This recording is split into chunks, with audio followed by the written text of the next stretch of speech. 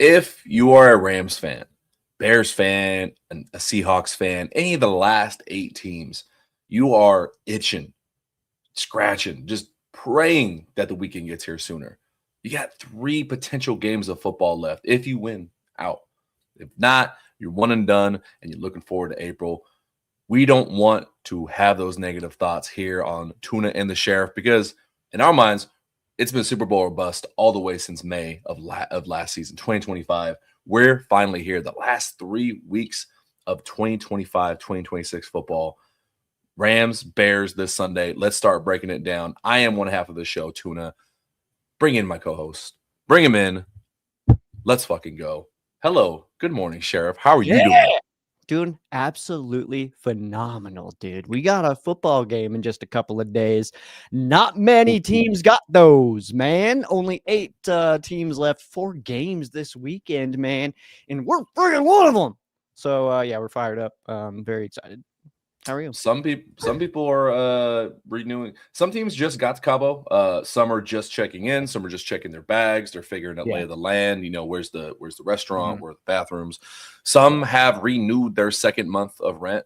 They've been there for a while. Some have part ownership because they've been there basically since week 3. So it's nice not having to be there. Or when you show up with a Lombardi trophy. That's pretty cool. It's pretty fun. That is, yeah. Show up afterwards. Yeah, so sorry, Tuna. We have to censor you now. Tuna said the effort. Yeah. Brett's got baby ears, so you have to be conscious of his little baby ears. I'm not worried about it. Not worried about it. We'll be all right. Shout out to remember yesterday we talked about our friend, our Ramley that was up over the 10 or the 101. Stu Jackson finally saw it. A lot of Rams players saw it. And from somebody that told me, the entire all their texts were blown up about it. The whole team knows about it. Oh yes. Yeah. Shout out to Ian Poco. What we were hinting at yesterday, somebody reached out to me from the Rams media team. They coordinated with him and went out there. So I'm hoping today or more sometime before the game. I don't know if we're getting video. I don't know if we're getting photos. But they're going to be spotlighting this guy. So I'm really excited for him to be able to be part of that conversation of here, meet the Rams. Here you go. You guys have fun. So that was cool. Yeah, it's just awesome to see too that again, this dude, he just was doing that himself. He wasn't maybe this will get back to the team. It wasn't anything like that. It was just hey man, Rams are in the playoffs. I'm hyping people up. Let's go, man. And love that's the game. Awesome. So yeah, it's the game. Phenomenal, man.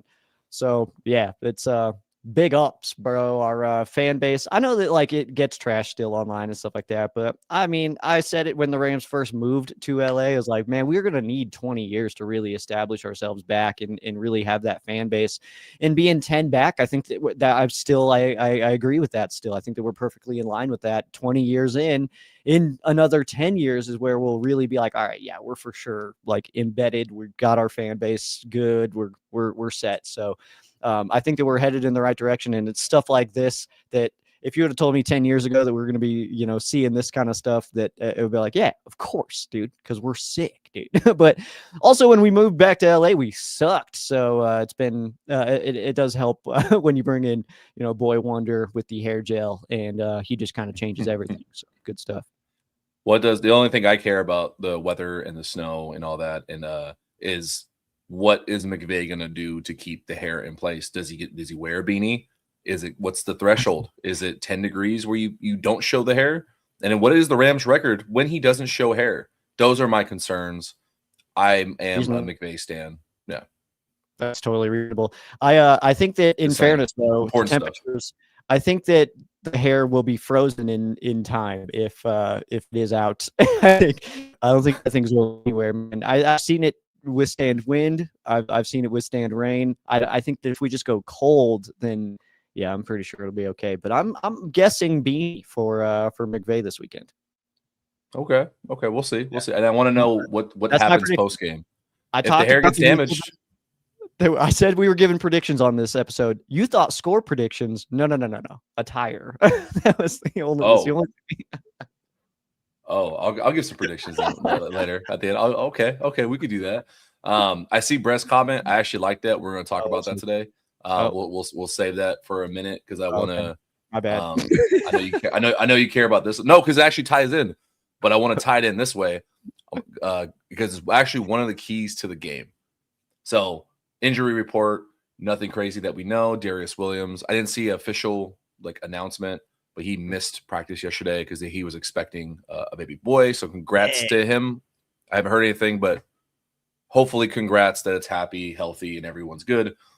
Kevin Dotson was limited. They did say today would be the biggest report because Thursdays are their heavier practice day. So today we should get hey, how did he do? Is he ready? Mm-hmm. I think he's going to play. Everyone else is full. Jimmy G did not participate. No one's talking about that. He's got a little back issue. We'll need him anyway. I mean, I still like to have a backup quarterback, but Steady B, you better get your ass ready.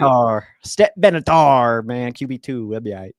Better get your ass ready. Well, and you have to rip off a limb from Stafford to get him out of a football game. So I just feel like we don't. The QB2 is, it's fine. We don't.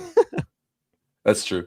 Let's see. They got these guys. I know the Bears were down a linebacker. It's not on this list. Is he out for the year? Which guy is it? Oh man, you're gonna make me. Oh, well, hold on. Let's look at the stats from last week. Man, I'm trying. Oh man, I have it on the tip of my tongue. It's not on it. Reeves Maven's back. TJ Edmonds? That sounds right. So. And their left tackle.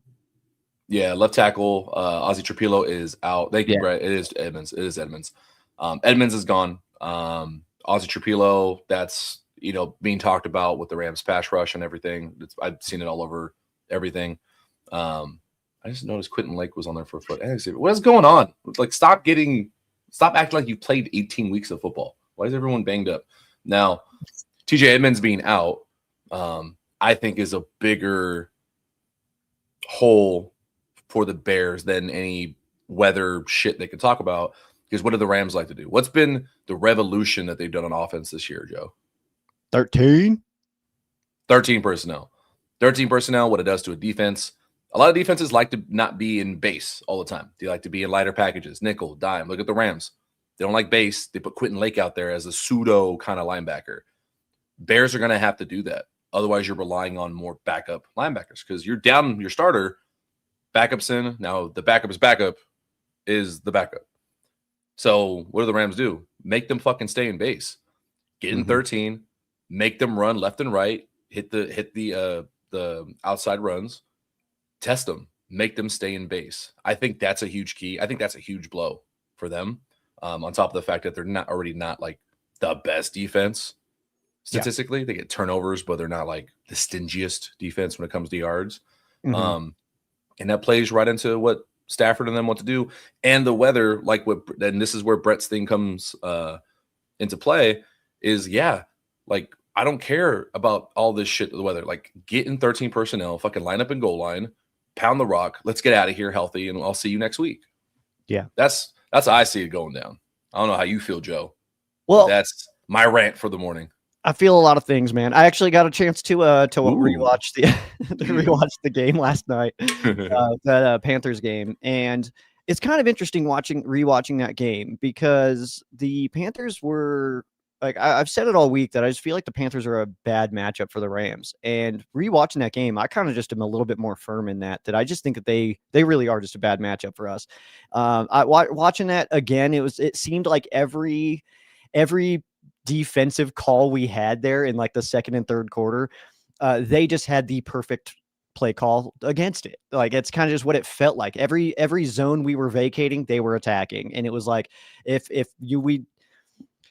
this running back kind of just swings out to the side, so that keeps an eyeball over there, and then that vacates a spot there and stuff. And it just kind of was one of those. And then they also just picked on certain guys, that early touchdown, just decided that they were going right at the soul of Tyler Davis and just took him out and just ran the ball in, So, Yeah. so like it was kind of interesting to kind of rewatch that game, and then again just kind of realize like, oh yeah, the Panthers just absolutely are the perfect matchup for us. It's almost like they built themselves to beat the Rams, So I don't think it's going to be very similar to that this week. And how I'm bringing this back in here is that the fact that those last two drives for the Rams where they were able to go down and score pulled out 13 like crazy. And it wasn't all 13 the whole way down, but that was like the bulk of 13 was those final two drives in that game. So I think that we could see that a little bit more early in this game. And I'm curious to see what the Chicago Bears choose to counter that with, because we saw it early this season against the Seattle Seahawks, where when we ran 13, they stayed in nickel because they know we still like to pass out of 13. And for them, that kind of worked.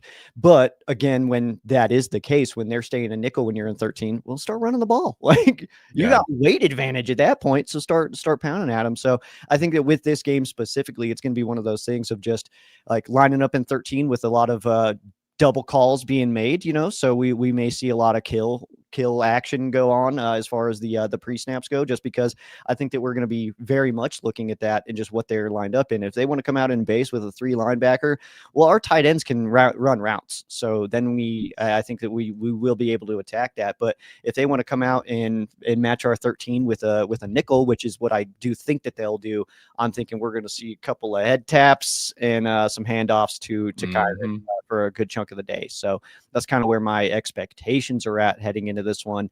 I'm just, again, I feel like, and as the week has gone on, I started this week feeling like, oh yeah, we're just going to pound the rock. They're going to try to pound the rock. As the week has gone on, it's like, you know what? Everybody in the world thinks that we're going to pound the rock because of the weather. I feel like we come out play action heavy in the first couple of drives. So that's personal expectations, I guess. I'm not mad at that. It makes sense because you want to test the weather. You want to test your capabilities. Yep. What better way to do it first drive? And I love how the Rams themselves too, like McVay pulled like great shit out of his bag on that first drive when they had a short field, obviously because of turnover on downs. But then they line up Puka in the backfield and he comes out and he runs a post seam. Yeah. And it's like they knew like we have to score. Mm-hmm. Like it's the mentality of this team. If you want to win a Super Bowl, they have to score 30 plus points. I think that's just the identity. Like I think we've seen enough now. The hoping and praying, or like we'll get back to the defense, but the hoping and praying that you're going to hold someone to 10 points or less like they were the first half of the season. It's not the identity of this team. You're going to have to score 30 plus to win. And I love what you said about trying to keep them in base and matchup specific, because I see a lot of fans ask people online, why don't they do more 13? Why don't they do more this against this team? And it's matchup specific. Some teams just have better guys like on the front, Seahawks, Panthers, to where you can't just line up in 13 when they go in nickel and pound the rock, because we saw what Seattle did both times. Like the Rams couldn't run the ball. Panthers were kind of doing the same thing where it's like, hey, you're effective here and there, but you really had to scheme it and you really had to check it at the line to get runs past 3 or 4 yards. But the pass is where it's at, man. I totally agree. The Bears, I don't think they have the same nickel package capabilities as like Seattle and Houston and Carolina. I don't know why. I've got Houston on the brain all week because that's still my Super Bowl matchup is Rams and Rams.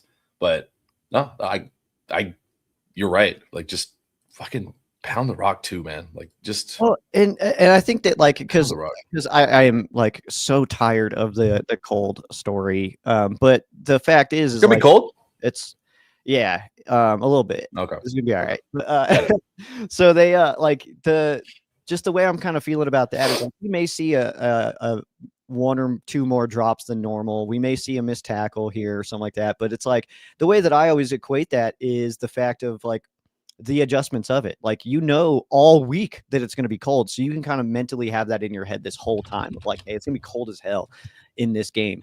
It's just like last week, Puka's drop, where it's like somebody said, it's like, well, that game, it's like it goes so different if Puka catches that ball in the second quarter. It's like, yeah, probably. But like at the same time, that happened in the second quarter. You go into halftime knowing that happened already, so you can adjust properly. So that's how I tie that into this week is like, we know that it's going to be cold as hell.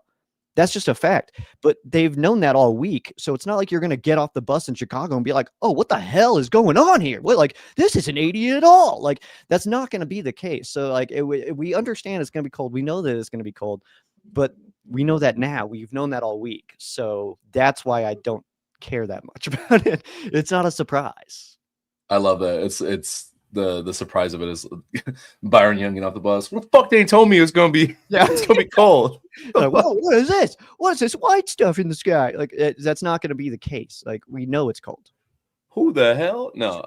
Scuba suits are coming out. We're gonna be fine, man.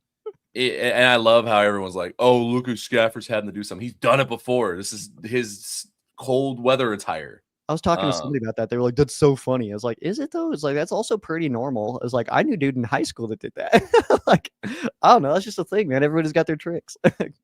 I love when you see someone's comment that like advertises how like, oh, they might be 17 years old or this is their first year watching football. It's like, yeah, he did it last year. Like Tom Brady did it. Like, what are you talking about? The ones that have been getting me are the people being like, what the hell is a passing game coordinator? And it's like, where have you been? Like, that's been a thing. They're like, what? That doesn't make any sense. Like, like what? Are you serious? 10-year-old? Yeah. I was like, that's like a 10-year-old position. Like, what are you talking No shit. About?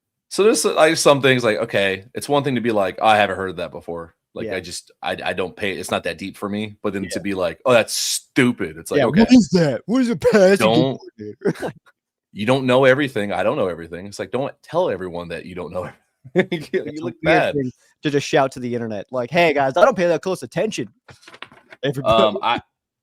I brought verses for you. Are you about to spit bars, bro? This is from the book of Orlovsky. 7:14. No, he was on the Pat McAfee show a few days ago. He was talking about the Rams defense. He's actually talking about Houston's defense and mentioned what's going on with the Rams. Good morning, Paul.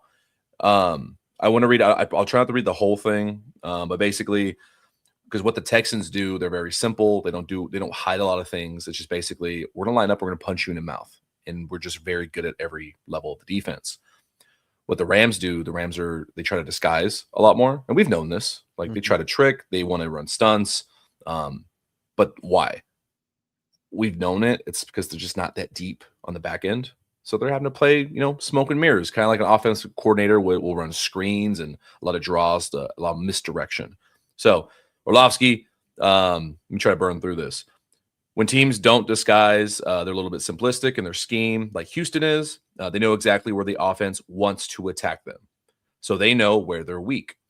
So that lends to knowing exactly where they have to be. There's no hesitation. They get to play crazy fast and aggressive. That's exactly what we've seen from Houston. And the counter to it with disguised teams like the Rams, if you watch that Rams and Carolina game, I could find you 10 clips where the Rams are completely out of coverage by at least 10, 15 yards. It's because the defense is trying to disguise so much. And when guys are not on the same page, like when you're missing Quentin Lake and shit's been muddy for a few weeks, now guys are like questioning. Now guys are hesitating. So that could be why like these passing windows have seemed really big the last few weeks is, they're not having to change anything, but they're just so fucking unsure. Like they've stacked together some bad weeks, or like not elite weeks to where maybe they're second guessing some things. And I'm really hoping they can get it back with the bad weather game, man. What do you think about all that I just rattled off? I mean, I absolutely agree. I mean, like I said, when I was rewatching that game last night, is like there were so many times where Bryce Young just had somebody to dump the ball off to 8 yards down the field, just with no one really near him. So, and there was a lot of times too where they didn't play it right. The Panthers just didn't play it right. People are kind of stopping on routes. They're not coming fully back to the ball, letting it go incomplete, letting defenders make a play, stuff like that. So it was kind of interesting to see all that. There was early in the game, and I actually totally stole it from the QB school because I watched him break down Bryce Young, and then I was like, oh, this is the perfect time to just go rewatch the game. But there was that one early on 4th down where Lake breaks it up, and the receiver just doesn't fully come back to the ball. He had plenty of space to keep on moving, keep on coming back, helping out his quarterback, and just didn't do it. Kind of stopped, and then Lake was able to make a play. So it's stuff like that was like, it was a very big mix of like them making mistakes, but then the Rams just leaving dudes way too open. Obviously, we would love to run a fair amount of zone, and disguised zone at that. So there is a way to run your normal play and maybe get open, not where you expected to get open, because we're just not in the spot that we need to be in. I think that Lake's the Lake effect is gonna be a little bit more prominent as we continue playing. Hopefully this isn't the final one where we get to see the progress continue for a few more games after this. But I think that ultimately Lake he was missed, and now it's shaking off that rust, of getting back into it. Devontae mentioned the rust too. He was like, yeah, you're a little rusty. He was like, after you need a game to get back in there, like after you take some time away. So yeah, that's the secondary, though. It is definitely a concern, but what I think I like about this matchup is that their scariest weapon is a rookie tight end. So, I mean, they've got other talent out there, but it's just pretty good talent. Like, they don't have elite wide receivers or anything like that. They just have guys that can get it done when called upon. It's not like they've got a Devontae or a Puka on that side. So I actually kind of like our matchup here in our secondary. As long as we can kind of take out those tight ends, I actually do feel good about our corners against these guys. I'm just curious to see who we pull up as a corner with Akello now down. Is DK going to get more reps? Or are we going to see McCreary on the outside? So I'm curious to see how that's handled. Yeah, and obviously they probably are not comfortable just running man. It may have to go that way because for whatever reason their rules, their tendencies are not, they're not honed in. And that Lake effect, thanks for bringing that back. I like that. Yeah. I really hope that the only Lake effect that the Rams feel is that one, not the thing that everyone's talking about. I was so mad at Peo the other day. They were on the First Down Rams stream. Yeah, he said he called him Lake the Great, and I was like, dude, the Great Lake was right there. Like, it's like, come on, man. Like, oh man, that's funny. It is legit cool how he is, like, if he ever becomes an All-Pro, like the documentaries of his dad and him are going to be really, really cool for Rams fans to watch. If you have not watched Carnell Tate stuff, go watch him. He legit is like what you hope Quentin continues to develop to be. Like, he's exactly like same guy. I commented on one of the Rams videos because it was a press conference with Lake, and one of the reporters he's trying to get his attention. He goes, hey, Carnell. And I was like, who is the legend that called Quentin Carnell? Like, I love that, man. It's like, Carnell. What a seasoned guy that he accidentally called Quentin Carnell. I absolutely love that, man. I was fired up about that. Whatever it was Gary. The last thing I'll mention about the defense is I know some people want more sacks. I know Gary mentioned pressure up the middle. It's not so much just pressure. Like, the Rams can get pressure. It's not being so, I wish I had a different word. I'll use I'm definitely only talking about the helmets. Rams pass rush has been really horny to get to the quarterback. Like, by that rushing touchdown that Bryce Young had, Byron Young had him, but he's just going so freaking fast that he just lets him run by him. They're not coming in disciplined. The meet me there, beat me there is getting almost too aggressive on the tail end of it, to where it's like, hey, man, you got to hone it in a little bit. So I think if they hone that in, contain Caleb a little bit, should be good to go. But yeah, man, are we?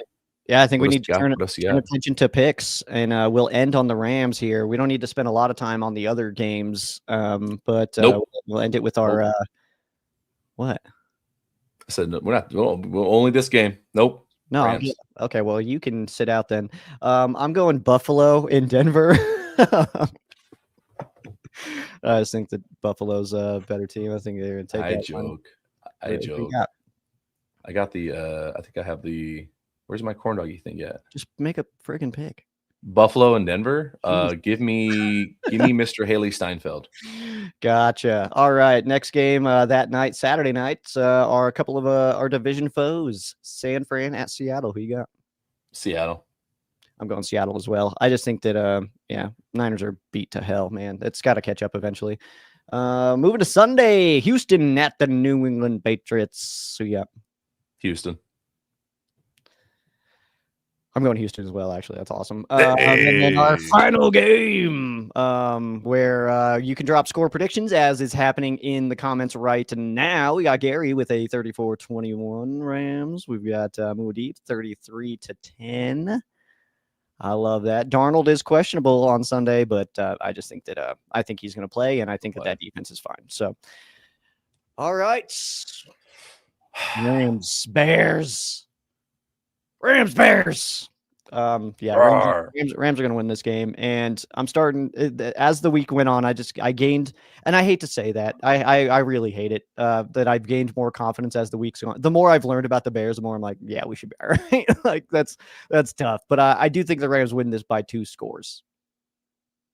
Okay, I'll say 34-20.